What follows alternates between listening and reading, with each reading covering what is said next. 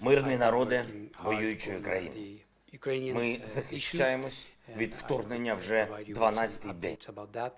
If you're interested, and otherwise on Iran, what I said to the board is that we have agreed on the way forward, and I think this has been met with general satisfaction. So I'm in your hands as to particular issues that you would like to focus for today's meeting. Thank you very much. Any questions? Yes.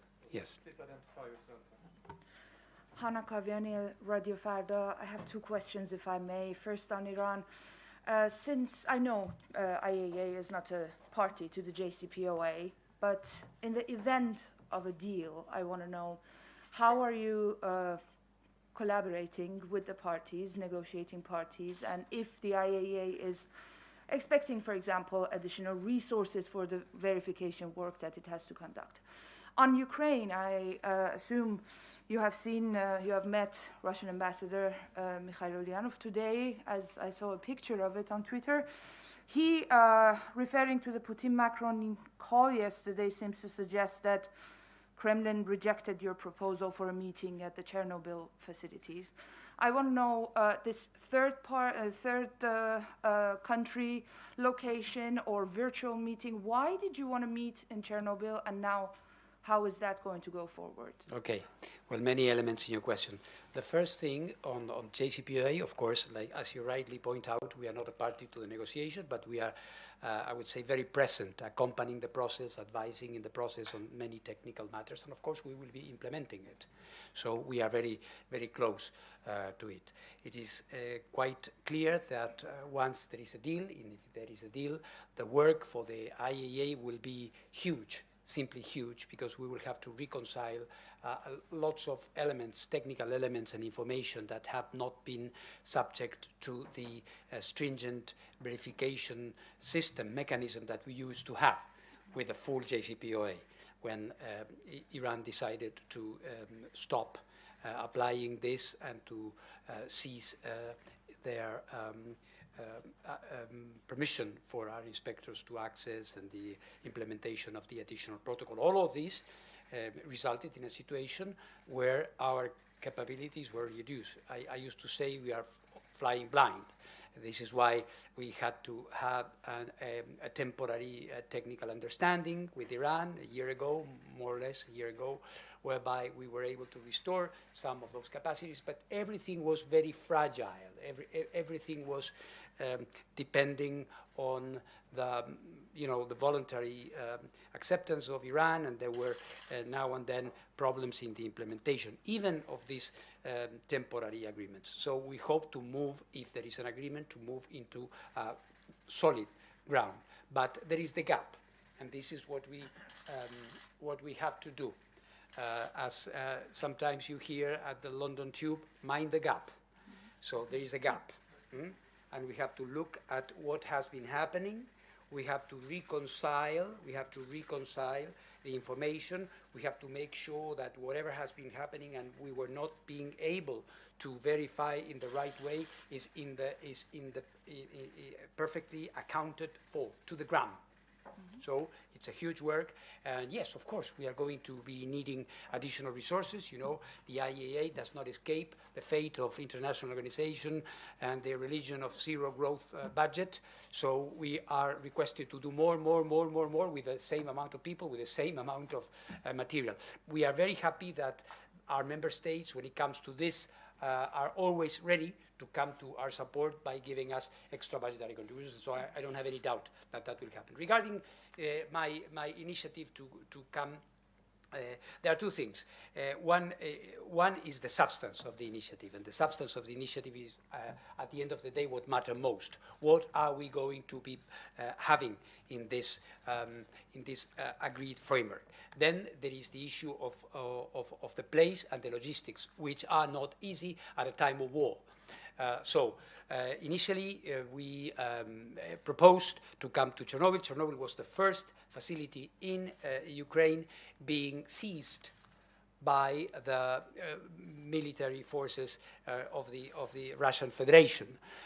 So it was obvious that my first intent was to go there because it was the first place where we're having arrangements, ad hoc arrangements, to try to maintain the contact with the site and to maintain the necessary surveillance, safeguards-wise and safety and security-wise. My offer still stands. We heard from the Russian Federation that they would rather do it somewhere else.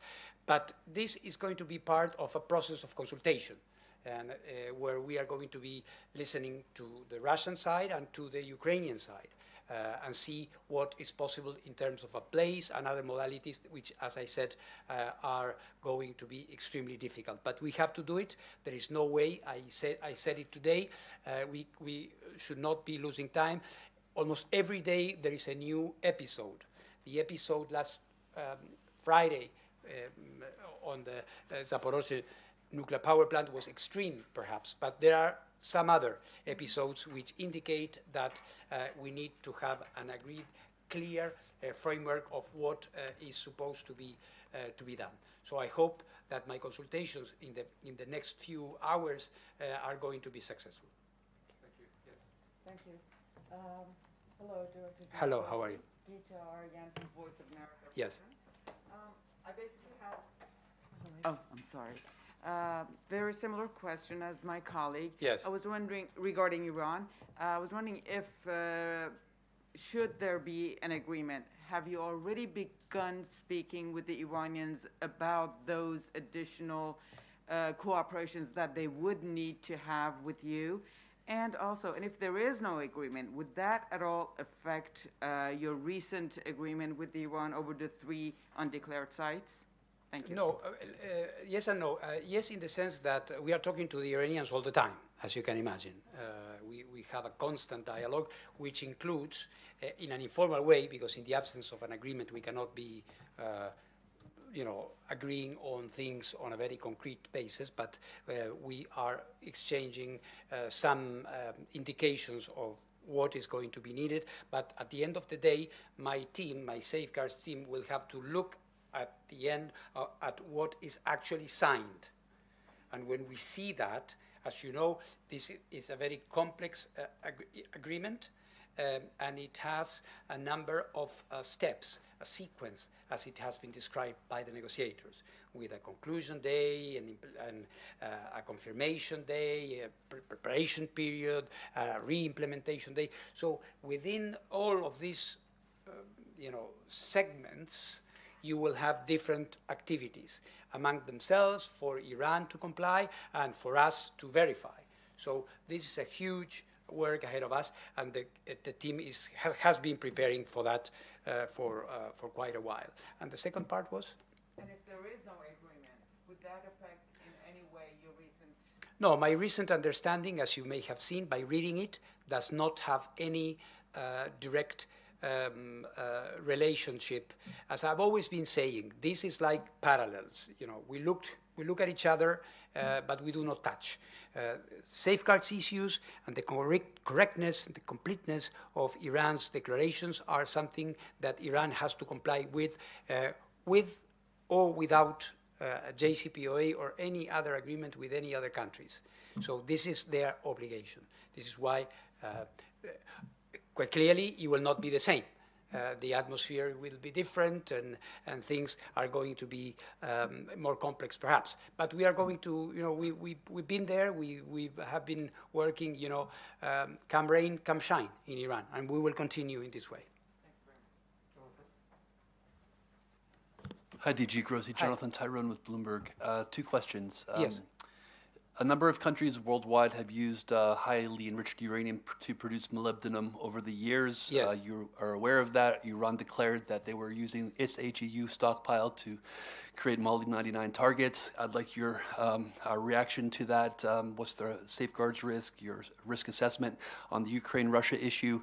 Can you clarify whether there's been any other multilateral initiatives? Keyword, things like observers. You are going there, my understanding is more in a mediation role. to mediate between Ukraine and Russia to de-escalate the situation on the ground there. However, are there any any potential for other multilateral initiatives that could, say, implement observers around critical infrastructure? Thank you, Jonathan. Not that I know. What we do, and I think the chances of success, frankly, of what we are trying to attempt are predicated on the technical mandate of the IAEA. I think our counterparts, Russians and Ukrainians, are ready to entertain this because of the unique nature of our mandate. We have a mandate which is specific, and it has to do with the safety and the security of all of these facilities. What we will be trying to do is to agree on a framework based around the 7 pillars that I outlined at the extraordinary session of the board last Friday: physical integrity, external power.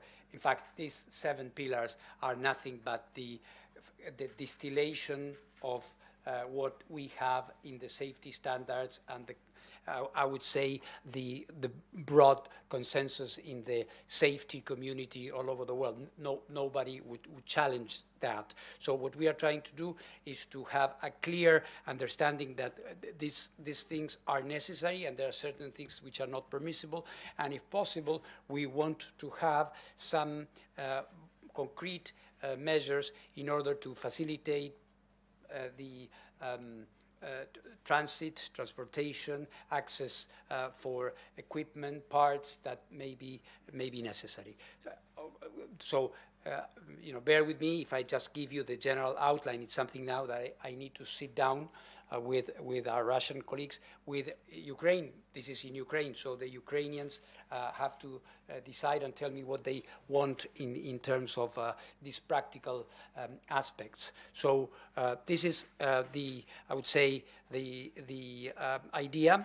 More than idea, we have some elements that we are exchanging already with them, and we will try to build on those. We don't have much time, so I hope to be able to move as fast as possible before another episode takes place. You didn't answer the HEU molybdenum question. What specifically? Yes, you affirmed so that. I want your assessment of Iran's declaration that it's using its HEU to produce moly targets. I don't have a comment on that. They can do that. What we are trying to ascertain is that what they declare is in conformity with what happens. Yeah, I don't think there's a problem with that, or is it? Well, I mean, you've been telling us for months that there's no distinction between what they've been producing and weapons material. So now they're using it for a very commonplace medical isotope production. I understand your point. It goes into the judgment of intentions. And so, for us, it would be a bit difficult to say these intentions are justified or not. What we need to be is very alert, and we are going to be verifying that. Thank you very much. Merci, Monsieur Grossi. Ma question en français, s'il vous plaît. Je suis là. Où vous êtes? Ah, merci. Je suis là. Vous avez mis un plan avec les Iraniens ce week-end qui commence le 20 mars et jusqu'au 22 juin. C'est un échange d'informations entre les deux parties. Est-ce que ce plan est une condition préalable pour arriver à la fin, donc pour obtenir à la fin un accord avec le Vienna Talks, ou bien on peut arriver à un accord durant les négociations de Vienne entre les parties concernées et travailler d'une façon simultanée avec le plan entre l'agence et les Iraniens. Une petite deuxième question, est-ce que vous pouvez nous assurer aujourd'hui qu'il n'y a pas de risque concernant les centres nucléaires de Zaporozhye? Merci. Bon, la première partie se réfère à ce qu'on a accordé en Téhéran ces week-ends et la relation avec la négociation et l'accord possible autour du JCPOA. Moi, je dirais il n'y a pas de lien direct. Nous savons que l'Iran doit répondre à des questions qu'on pose depuis maintenant, depuis longtemps. Donc, les problèmes avec ça, c'est qu'on n'arrivait pas à s'entendre à propos de la manière, de quelle manière, dans quelle séquence, quel délai serait-il nécessaire pour avancer dans cette processus de clarification. Donc, comme vous dites bien, on a dit, voilà, on va faire ça, on va commencer, vous allez répondre avec des délais qui vont plus ou moins jusqu'au mois de juin. Mais comme vous le savez, il n'y a pas de date fixe ni d'obligation pour moi de le faire.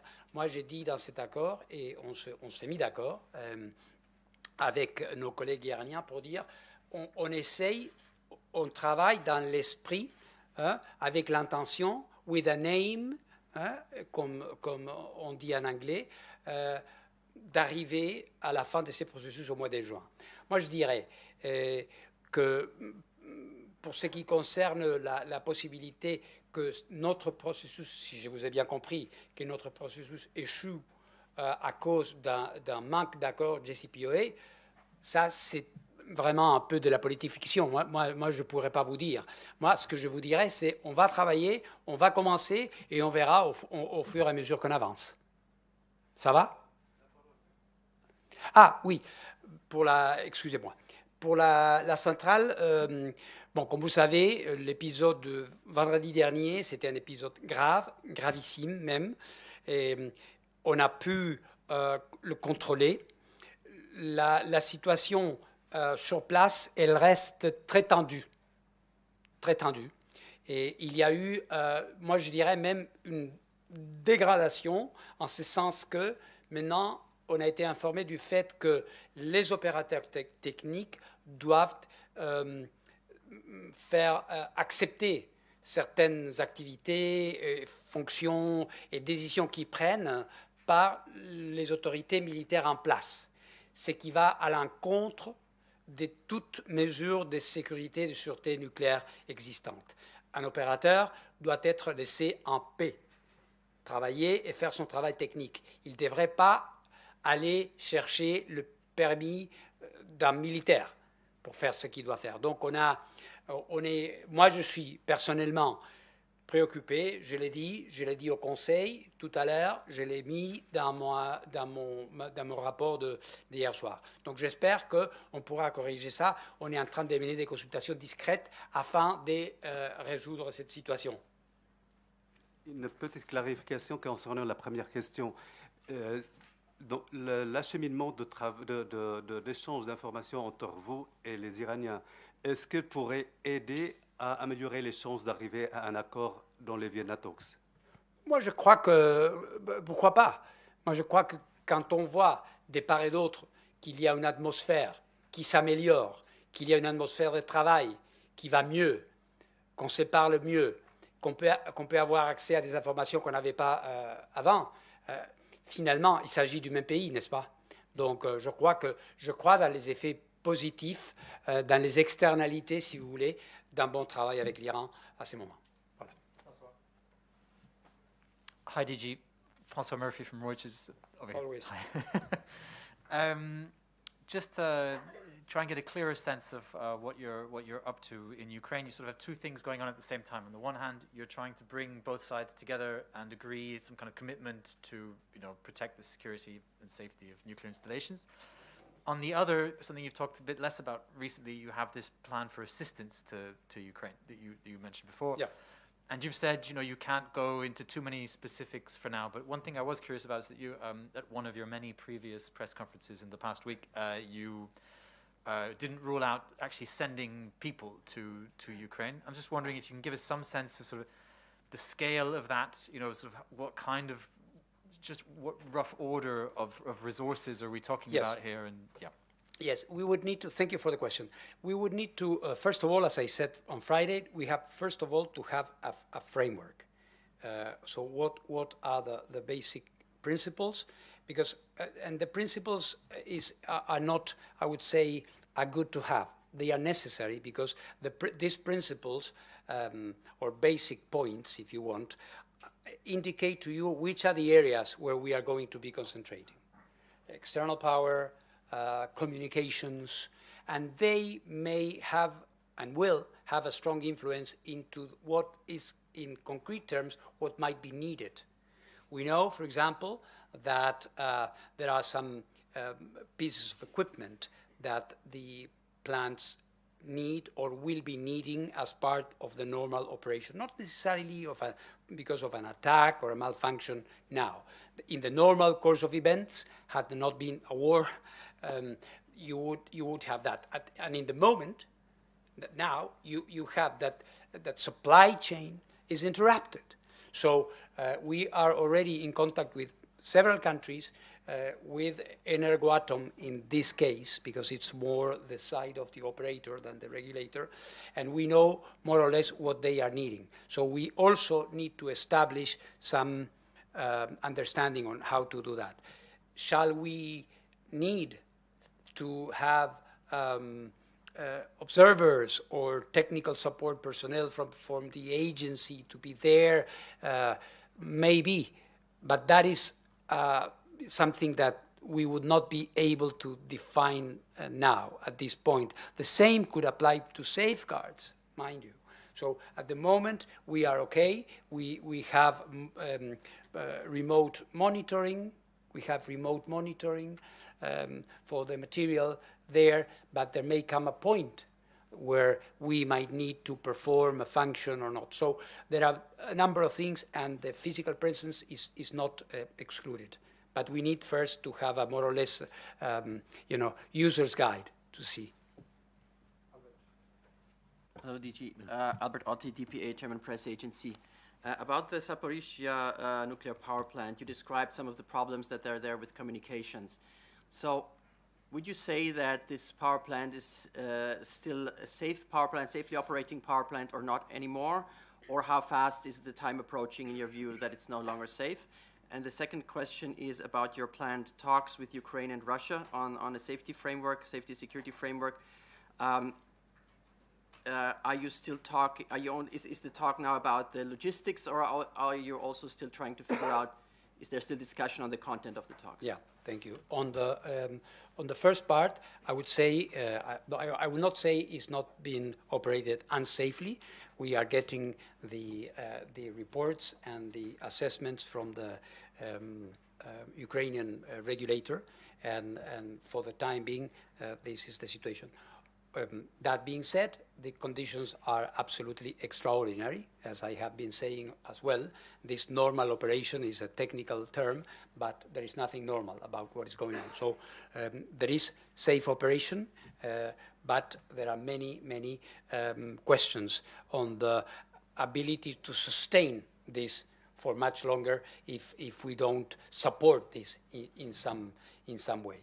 And this is a good segue for the second part of your second question, because we are discussing both things. In a situation like this, modalities are also substance, and substance has to do a lot with modalities. So the two things are really very intertwined. Hi, DG, welcome back. Hello, thank you very much. That's very kind. But my question goes to Ukraine. Setsuko Inaki from Nippon TV. The Élysée Palace, France announced that you had met President Macron before you went to Tehran, and French suggested that they would suggest IAEA some measures to assist you in a negotiation to establish this framework. And actually, that they announced it, that this suggestion would come within hours. Mm-hmm. So my question number one is, have you received such suggestions? And then the question number two is your current sort of negotiation that I suppose that you're talking to separately on both sides. So is there element in this discussion that is such concrete suggestions coming from some of the major the nuclear states? Yes. Thank you very much. That's very clear. This initiative is the IAEA's initiative. I must underscore. It's an IAEA initiative, and the main elements being discussed there are the elements that we, as an international independent organization, believe are those that are necessary.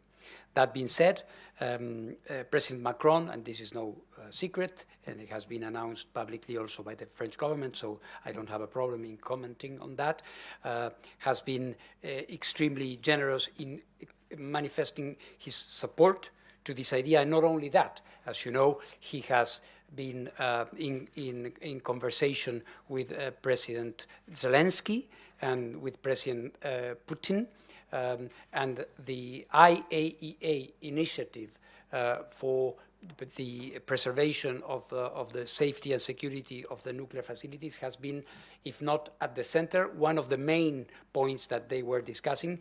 The French government has been generous enough to share with me their assessment and ideas. Of course, we are in contact and we receive suggestions, as you are mentioning.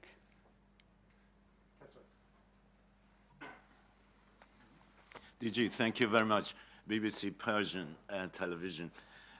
Two things. One on Ukraine. If I'm not mistaken, you spoke about several episodes, as you put it, that are concerning you. I just wondered whether you can give us a list of those very concerns and how concerned you are on each of these. On the Iranian front, I suppose if there is an agreement to return to the JCPOA, the first thing for that to be implemented would be for you to approve or to oversee what's going on the ground in Iran, to be satisfied that everything is fine and peaceful. And if that's the case, do I take it that you would press for the implementation of the additional protocol as one of the very first steps of this possible agreement? Thank you. Well, the first thing, you are asking for a list that I already gave you, because if you look at the 13 updates that we are producing every day, and this is a lot of work behind them, because we are checking every information. There's a lot of fake and false information out there. So in order to give you and the international community good information, we have them there. But you know, there have been issues in Kharkiv, there is an issue in Mariupol. There are many places where there is no accident, there is no release of radiation, there is nothing of the sort, but many problems that appear here and there. This is why I believe that all of these are indications, more than indications, confirmations that we cannot go on like this. There has to be clear understandings or clear commitments not to go anywhere near a nuclear facility when it comes to military operations. And the second part regarding the JCPOA, well, yes, the AP is part of the JCPOA. It would be very difficult to have an agreement of the width and the depth of the JCPOA only with a comprehensive safeguards agreement of the traditional sort.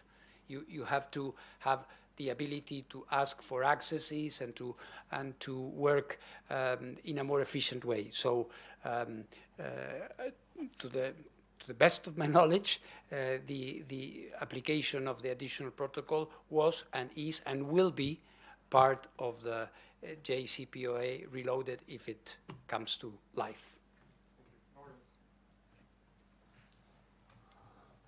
Thanks a lot, TG. Good to see you Yes, again. hello.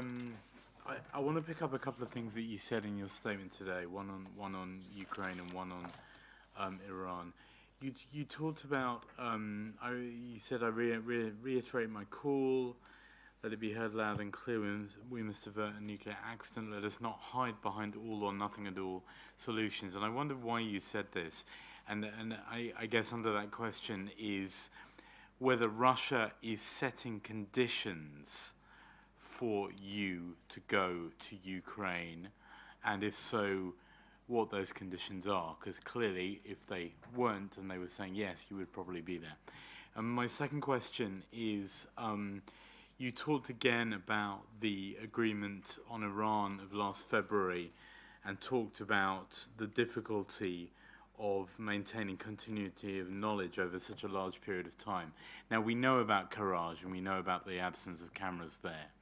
Is there any other reason why it's difficult to maintain continuity of knowledge? Do you have any other concerns that you may not get everything that you need from Iran? And just finally, very, very briefly, I guess we're coming up to another of the 3-month periods where you need to get in there and update the cameras. I think the last was towards the end of December. Have the Iranians given you any assurance that you will get access to all the facilities? Thanks. Thank you very much. On the first thing, no one is putting any conditions on us. We are in the beginning of what I expect will be a very short consultation for the reasons I was mentioning, but no one is putting any questions. What I have in mind when I said that we should avoid all or nothing at all kind of approaches is that, of course, it is very, and perhaps logically, understandably, conceivable that the sides will want to season this agreement with other elements, with elements that have to do with their basic positions on things that are perhaps not necessarily related to nuclear safety. And without that, they would not agree, or they would perhaps agree if we add this or that. And what I'm reminding everybody is I said it to the Security Council on Friday. I said it here. I'm not the Secretary General of the United Nations. I'm not the Security Council. I'm not a self-appointed mediator or negotiator. I'm looking for after nuclear safety and security in Ukraine. So I'm trying to, and it's not easy, and I have a understanding for the positions in Ukraine, for example, that has military, foreign military forces in their territory. So there is, of course, a drive to try to have elements which are not specifically related to nuclear safety, and this is my big effort. On the other part, the gap is a gap that is chronological, which is very important, and is also substantive, because what has been happening over the past few months is that you had not only quantitative increases, you had qualitative progress in many areas, having to do with research and development, having to do with areas that the JCPOA explicitly forbade or forbids if it comes back. So our inspectors will have to really go through a very thorough process of consultation and checking with our Iranian counterparts in order to give a sound basis. It's going to be a lot of work, very hard work. Yeah. Sorry?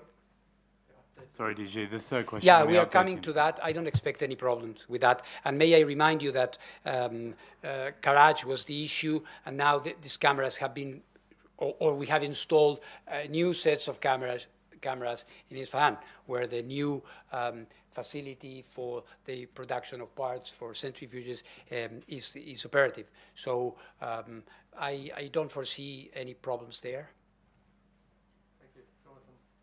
Just a brief follow-up. You mentioned the Kharkov Physics Institute. Can you clarify whether you verified that the neutron generator that's under safeguards is safe and secure? Well, apparently it's destroyed. So the neutron generator is destroyed. There's no radiation release. We haven't been there, of course. There's no radiation release. The whole place has been impact. What we can say is that there is no, this place has a very small inventory of material, very small.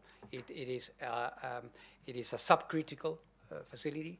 It's basically a place that produces neutrons for scientific experiments. It's a relatively new one. It was actually part of a cooperation between the United States and Ukraine, as you know, at Obama administration. So it's a scientific institution. So it's really very regrettable what happened. But just to be clear, that site was under safeguards, correct, or not? Well, there is yes, when there is nuclear material. Okay, thank you. Okay, thank you very much. I think we have to stop here. Thank you very much. Thank you.